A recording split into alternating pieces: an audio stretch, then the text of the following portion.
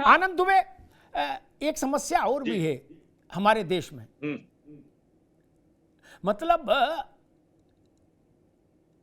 जब ये हुआ कि युद्ध होगा, रणभेरी बजेगी, तो कहा गया युद्ध किसी समस्या का समाधान नहीं, युद्धोन्माद पैदा कर रहे हैं कुछ लोग, युद्ध का ये उन्माद क्रिएट कर रहे हैं, शांति से बातचीत से हल होगा।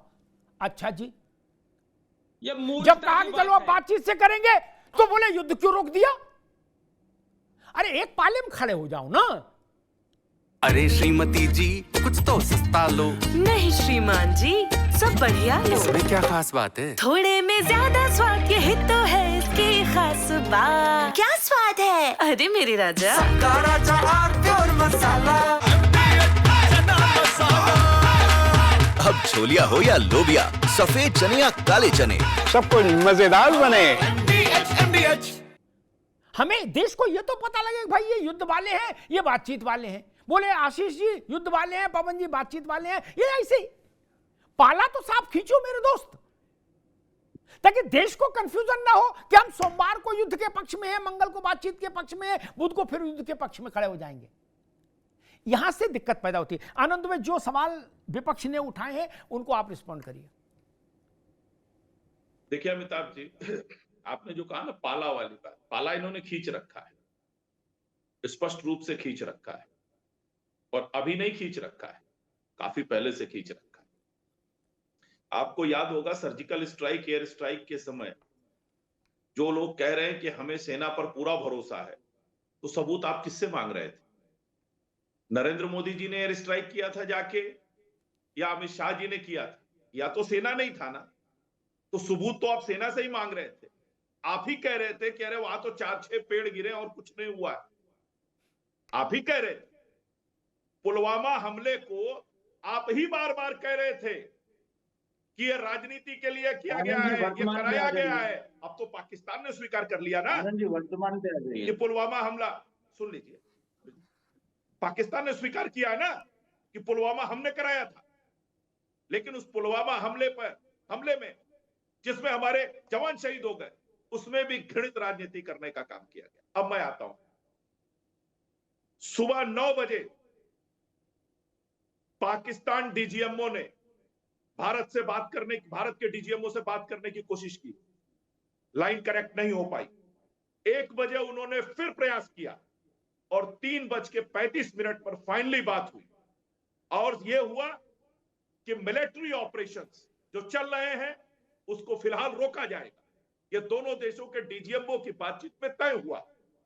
4:45 आपसे कोई लेना देना नहीं, 1 घंटा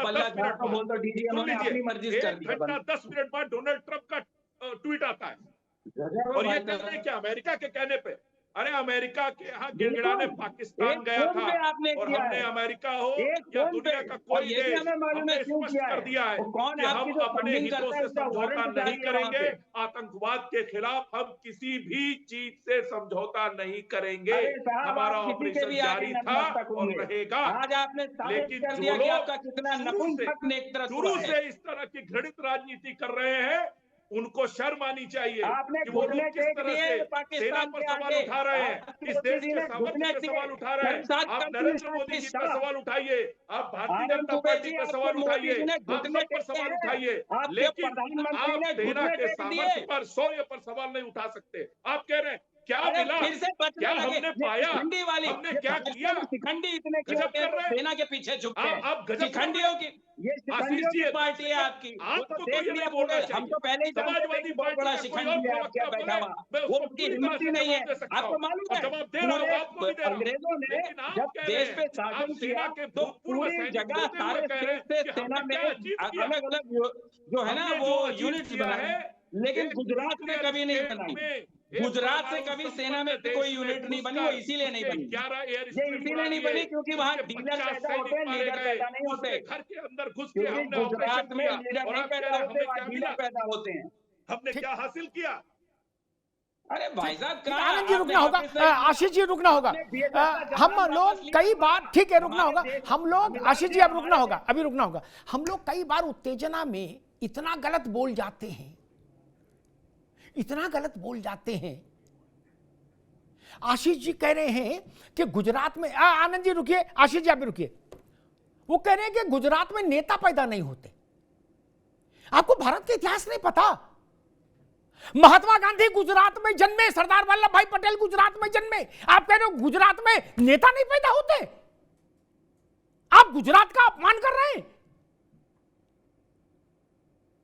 गुजरात भी भारत का हिस्सा है। सेना में कोई यूनिट गुजरात से नहीं है और इसको अरे यूनिट है नहीं है इसका मतलब है कि गांधी जी के योगदान को हम खारिज कर देंगे, वल्लभ भाई पटेल के योगदान को खारिज कर देंगे और आप जो कह रहे हो उसको मानेंगे? नहीं है, ऐसे ही करते हैं। ये अभद्र चीज है, ये स्वीकार्य नहीं हो सकती मुझे ना। ये अभद्र चीज है कि कोई ये कहे कि गुजरात में नेता नहीं पैदा होते। ये अभद्र चीज है। शर्म आनी चाहिए आशीष जी। ये भारत के ऊपर आप ऐसी तोहमत लगाओगे मेरे भाई?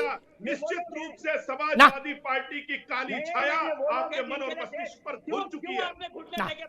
ये तरीका ही गलत है और इस तरीके का मैं पूरी तरह से विरोध करता हूं। पूरा भारत सेना में एक भी यूनिट आज गुजरात अरे रुक जाओ भैया, पूरा भारत सेना में यूनिट महान नेताओं की भूमि, जन्मभूमि रही है होने से क्या मतलब है? और इस देश के इस भैया ठीक, अब रुकना होगा। आनंद जी आपको भी, आशीष जी, ये हमको नाम ना गिनाओ। हर राज्य में दुष्ट हुए, कपटी हुए और महान लोग हुए, तब क्या करेंगे? जिस राज्य में आपकी पार्टी है उसमें बवालियों के नाम बताऊं, वो इसी देश प्रदेश में पैदा हुए, इसलिए उत्तर प्रदेश को खारिज कर दें। होगा क्या है भाई? आपने गुजरात को खारिज कर दिया। जिस राज्य में जन्मा व्यक्ति भारत के महान जनता के वोट से तीसरी बार प्रधानमंत्री है, आप उस राज्य में कह रहे हो नेता नहीं पैदा होते? कैसी सोच है भाई? ठीक बात। खैर मैं इस बात को यही रोकूंगा। पवन अग्रवाल जी, एक छोटी सी टिप्पणी सबसे लूंगा, एक ही प्रश्न। आज रात को प्रधानमंत्री नरेंद्र मोदी जब राष्ट्र को संबोधित करेंगे तो उनका एरिया ऑफ कंसर्न या मैं कहूं फोकस क्या होगा, वन लाइनर क्या होगा आपकी समझ से? पवन जी। देखिए, माननीय प्रधानमंत्री जी का फोकस जो मुझे लगता है वो दो ही चीजों पर होगा। एक, वो स्पष्ट कर देंगे कि भारत की प्रतिबद्धता आतंकवाद को समाप्त करने की है और जब तक आतंकवाद पाकिस्तान से खत्म नहीं होगा वो चैन से नहीं बैठने वाले हैं। दूसरा, वो भारत के लोगों को ये भरोसा और विश्वास दिलाएंगे कि सेना अपना बखूबी काम कर रही है, क्योंकि लोगों को 22 तारीख से लेकर 7 तारीख तक बहुत ज़्यादा इम्पेशेंट हो रहे थे लोग कि सरकार कुछ नहीं कर रही है, सेना कुछ नहीं कर रही है। हर युद्ध के लिए बहुत तैयारियां करनी पड़ती हैं। 22 तारीख से लेकर के 6 और 7 तारीख की रात्रि के मध्य में सरकार ने, सेना ने पूरी तैयारी की है, उसके बाद स्ट्राइक किया गया है। ठीक है, अभी ऐसा नहीं हो सकता है कि सीज फायर हो गया तो हमने मान लिया कि पाकिस्तान ने हार मान ली, अब हम अपने घर चुपचाप बैठेंगे, फिर थोड़े समय के बाद वो फिर 6 महीने में, 3 महीने फिर आतंकवाद। ठीक है पवन जी, ये स्पष्ट कर दिया गया है। ठीक है पवन जी, अभी रुकना होगा। डॉक्टर दीवान वही सवाल आपसे, नरेंद्र मोदी जी क्या कह सकते हैं? उनका वन लाइनर क्या हो सकता है जिसको हम लोग बोलते हैं कि भाई मूल बात ये है? क्या हो सकती है मूल बात? मूल बात ये है कि हमारा दुश्मन घुटनों पे आ गया है, हमारा दुश्मन गिड़गिड़ा रहा है और उस गिड़गिड़ाहट में हमने उसको बात करके तय करके निर्णय करना है कि आगे जो है वो हिमाकत बिल्कुल ऐसी ना करे। ये हमने तय करना है और ये तय करके रहेंगे। और नहीं होगा, अगर वो लाइन पे इसमें नहीं आते तो समझा जाए ऑपरेशन सिंदूर चालू है। जी ठीक बात। आशीष जी, आपकी समझ में आज रात को 8 बजे प्रधानमंत्री का वन लाइनर क्या होगा? वो मुझसे बेहतर आनंद दुबे बताएंगे। आनंद दुबे से मैंने जो सवाल किए थे उन्होंने छोड़ के पुलवामा चले गए, तो पुलवामा की जानकारी के लिए अनिल दुबे जी, जो पकड़ा गया था डीएसपी, जब उसने मीडिया से बात की उसने बोला था कि मैं पुलवामा के सारे राज खोल दूंगा, और उस दिन से आज का दिन है दिल्ली पुलिस ने उसके खिलाफ चार्जशीट नहीं लगाई है। जरा देख लीजिएगा कि कौन से राज वो खोलने वाला था। प्रधानमंत्री क्या कहेंगे इसमें बोलना चाहिए? ठीक बात, समय कम है आशीष भाई, समय कम है। आनंद दुबे, वही प्रश्न आपसे, प्रधानमंत्री का वन लाइनर क्या हो सकता है? क्योंकि इस वक्त देश में सबसे बड़ा कौतूहल इसी पर है कि प्रधानमंत्री बोलेंगे तो क्या बोलेंगे। छोटा सा जवाब। अमिताभ जी, निश्चित रूप से प्रधानमंत्री जी 8 बजे जब बोलेंगे तो निश्चित रूप से देश का जो आत्मबल है उसमें भी वृद्धि होगी।